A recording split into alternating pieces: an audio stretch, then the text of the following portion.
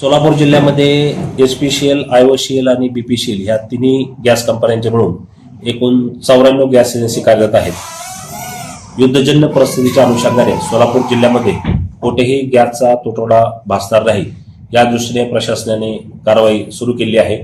आमच्या सर्व पुरवठा यंत्रणेला आम्ही सजग केलेला आहे की ज्या ठिकाणी कुणी असं गॅसचा बेकायदेशीररित्या वापर करताना कुणी आढळून आल्यास तातडीने त्याच्यावर कारवाई करण्याच्या सूचना दिल्या आहेत। तसेच कृत्रिम कमर्शियल गॅस सिलेंडरच्या बाबतीत बिलिंग सध्या स्टॉप करण्यात आलं आहे। डोमेस्टिक गॅसचा कुठेही जिल्ह्यामध्ये तुटवडा येणार नाही यासाठी आमचे संपूर्ण नियोजन झालेले आहे आणि वेळोवेळी याच्या बाबतीत आमचं जनतेला आव्हान आहे की कोणत्याही अफवावर आपण विश्वास ठेवू नका। जिल्ह्यात कुठेही गॅसची टंचाई निर्माण होणार नाही आणि यासाठी प्रशासन सज्ज आहे।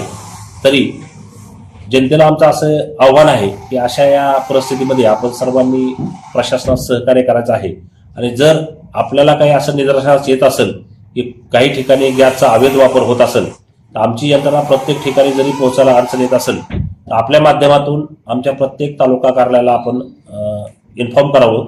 आमची यंत्रणा आपल्याला तात्काळ मदतीला उपलब्ध होईल।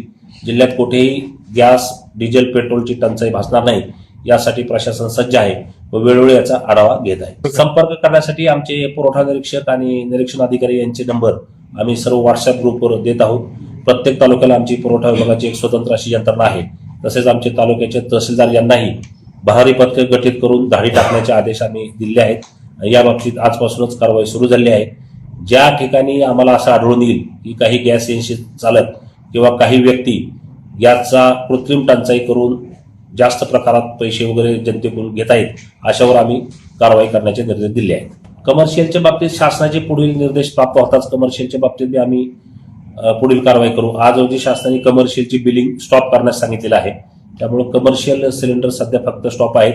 डोमेस्टिक सिलेंडरचा आपल्या जिल्ह्यामध्ये कुठेही तुटवडा नाही।